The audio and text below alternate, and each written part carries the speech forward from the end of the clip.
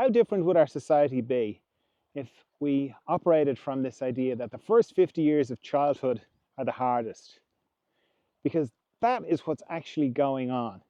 But we don't think of it like that. We think of it, we operate on a different framework. We operate under the framework of you become an adult. You know, by the time you're 10, it's kind of expectations start to creep in of like, okay, you should be growing up a bit. And by the time, you know, as you progress through your teens, by the time you hit 18 or 19 or 20 or 21, it's like, well, you're an adult now. That's it now. All playtime's over. Kind of get serious, got to get down to it. And I particularly feel this in relation to trauma, because you can spend at least 50 years until age 50 dealing with your childhood trauma. Because, you know, I work with people all the time, and I have done for like 30 years. And it is very rare that somebody doesn't have something going on that goes back to their childhood. And one of the difficult things about childhood is that it's not a neutral thing, meaning your parents were youngish when they had you, probably, and they were still dealing with their trauma without realizing it, their childhood trauma. And you're, you know, re-traumatizing or traumatizing you, and then it's too confronting for them to face that. So they generally will tell you you're loved, all your needs are met, and you had a good childhood. And they'll tell you that a lot, most parents. So as you get on in life, you know, you get to 20, you get to 30, you're like, why am I having all these strange behaviors? Why am I doing all this stuff? And it begins to creep in. Maybe you go and see a therapist, maybe they'll help you begin to kind of get a different perspective on your childhood. And maybe you'll kind of go, because you feel disloyal. You love your parents and you don't want to be disloyal to them, but you know, there's no space in that for you. You know, there's plenty of space for your parents, and you just make yourself wrong. Because that's the other thing about childhood, is what happens in childhood, okay? At whatever age, you know, you kind of think this would happen in, you know, when you're 6, 7, 8, you know, but it doesn't. It happens when you're a baby. And what it is, right, you reach a point where you realize something happens and your parents frighten you in some way or another.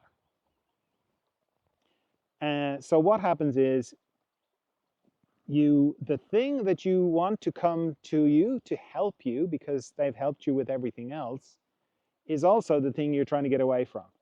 So your parent scares you, and that could be like they just ignore you. Maybe they get angry, maybe they shout, maybe they do something, but you're afraid of them for that instant.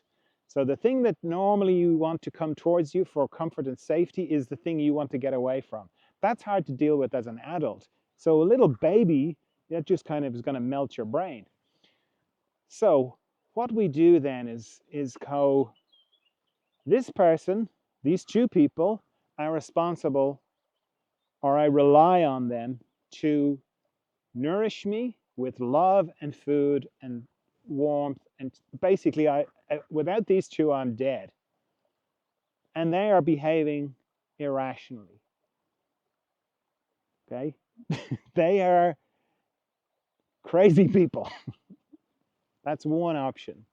But that is very overwhelming to go, yeah, that's what's happening. I'm the sane one here. I can hardly work this body, but I am the sane one here. Okay. That's too hard to deal with, because then it's kind of like I am powerless in a crazy world. That's too much for a little baby brain. So what we do is, no, it's probably not them. It's probably me. I probably did something here. I probably, you know, it's something to do with what I did. Let me just review what I did. Maybe I made a mistake, you know. And the reason we do that is we can deal with that, because that's just me and me. And I can bend myself into whatever shape I think I need to never get them to react like that again, because it's awful. So it's all me, and it's contained within me, and that's how we survive.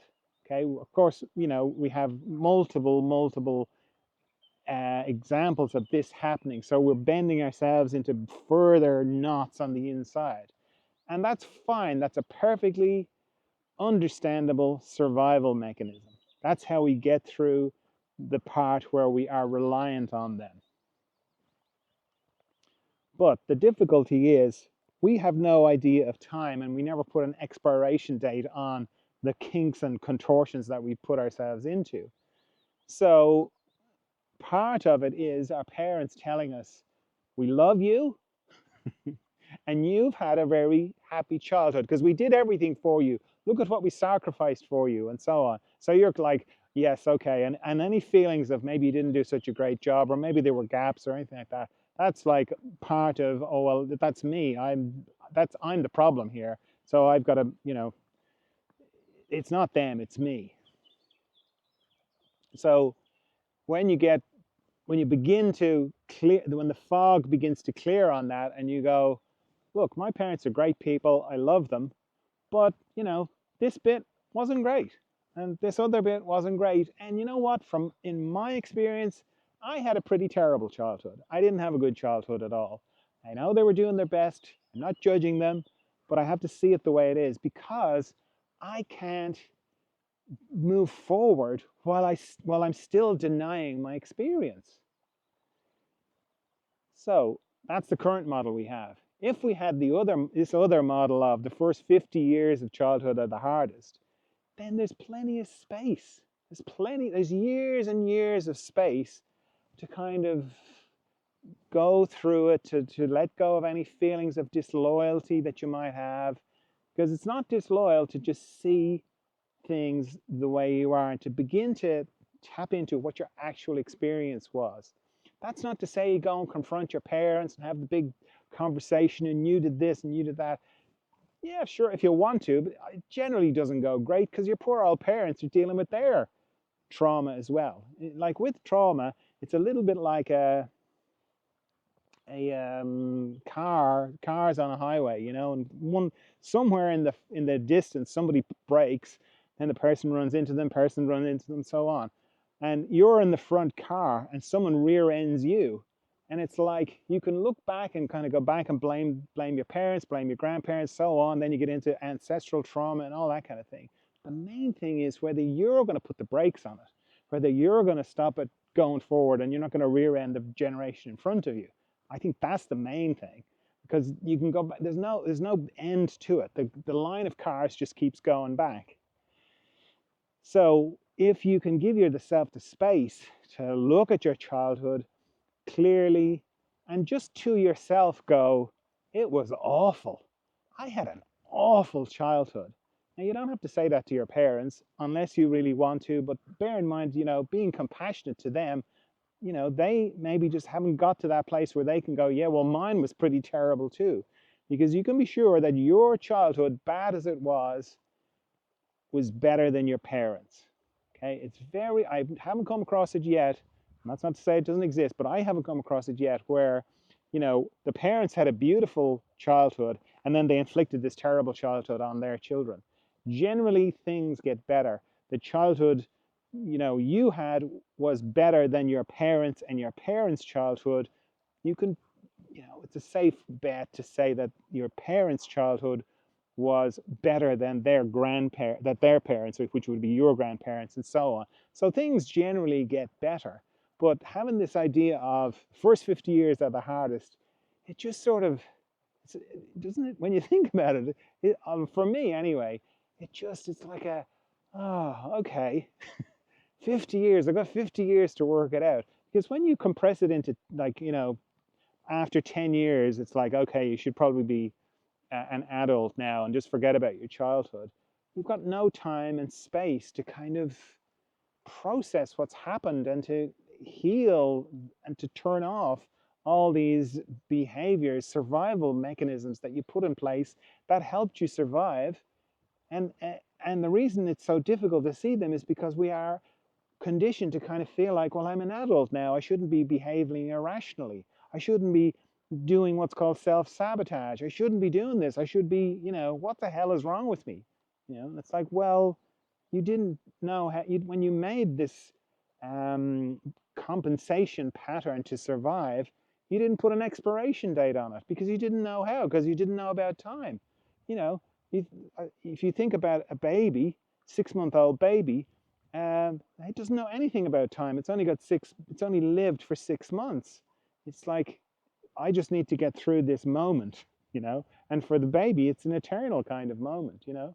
Like if you said to a 70-year-old person, this project has been delayed, but it'll be done next year.